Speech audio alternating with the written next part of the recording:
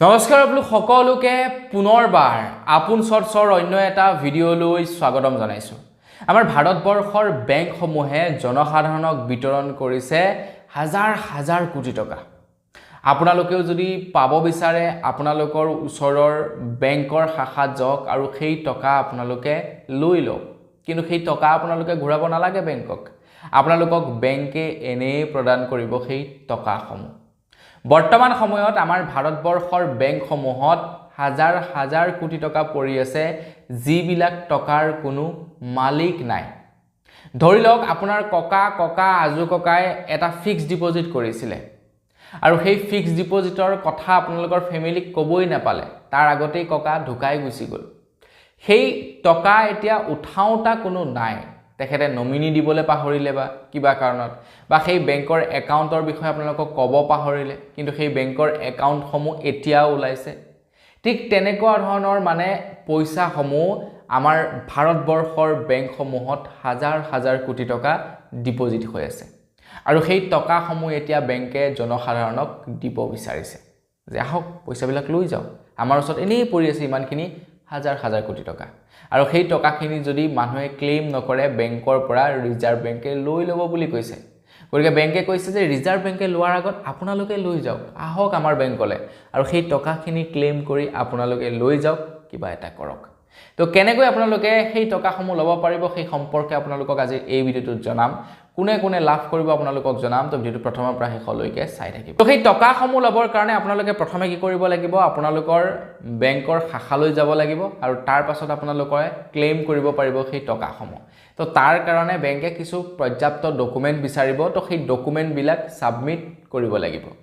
State বেংকত তেনেধৰণৰ পইচা কিমান আছে বাৰু জানেনে? প্ৰায় 19,000 কোটি টকা আছে ষ্টেট বেংকত।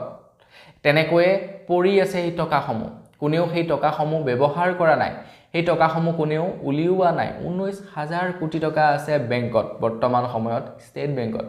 সকলোতকৈ বেছি আছে ষ্টেট বেংকত, কাৰণ ষ্টেট বেংক অবিয়াছলি ভাৰতবৰ্ষৰ ভিতৰত এটা ডাঙৰ বেংক, গতিকে ষ্টেট বেংকত ইমানখিনি টকা থাকিবই।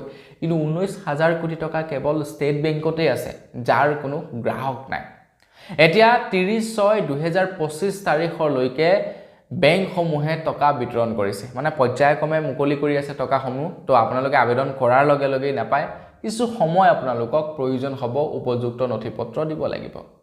এতিয়া কোনে কোনে লাভ কৰিব? ধৰি লওক আপোনাৰ ককাই কৈছে ফিক্সড ডিপোজিট এটা কৰিছিলে আৰু সেই ফিক্সড ডিপোজিটৰ টকা যেনিবা সুদে মূলে গৈ এতিয়া 1 লাখ হৈ আছে। তো সেই 1 লাখ টকাটো ষ্টেট বেংকৰ ওচৰত এনেই পৰি আছে। তো আপুনি যদি গম পালে যে আপোনাৰ ককাৰ এটা ফিক্সড ডিপোজিট আছিলে বা এটা বেংকৰ একাউণ্ট আছিলে, তো আপুনি ইনকুৱাৰী কৰিবলৈ যাব পাৰে যে মোৰ ককাৰ এইটো বেংকৰ একাউণ্ট আছিলে, ককাৰ বেংকৰ একাউণ্টত বৰ্তমান সময়ত কিমান টকা ডিপোজিট হৈ আছে। তাৰ পাছত বেংকে সেইটো ইনভেষ্টিগেশ্যন কৰিব যে আপোনাৰ ককাৰ একাউণ্টৰ এগেইনষ্টত কিমান টকা আছে। যেতিয়াই নেকি বেংকে সেই ইনফৰমেশ্যন লাভ কৰিব, তাৰ পাছত আপোনালোকক পৰ্যাপ্ত ডকুমেণ্ট বিচাৰিব যে কি কি ডকুমেণ্ট লাগিব, কি কি ডকুমেণ্ট দিলে আপুনি এই টকাখিনি ল'ব পাৰিব। আৰু সেই ডকুমেণ্ট আপোনালোকে দি দিলেই টকাসমূহ উঠাব পাৰিব। যেনে প্ৰথমটো হৈ গ'ল আপোনাৰ মানে তেখেতৰ সৈতে আপোনাৰ সম্পৰ্ক কি, সেইটো আপোনালোকে দাখিল কৰিব লাগিব। আপোনাৰ বেংকৰ একাউণ্ট থাকিব লাগিব, আধাৰ কাৰ্ড, ভোটাৰ কাৰ্ড এইবিলাক থাকিব লাগিব।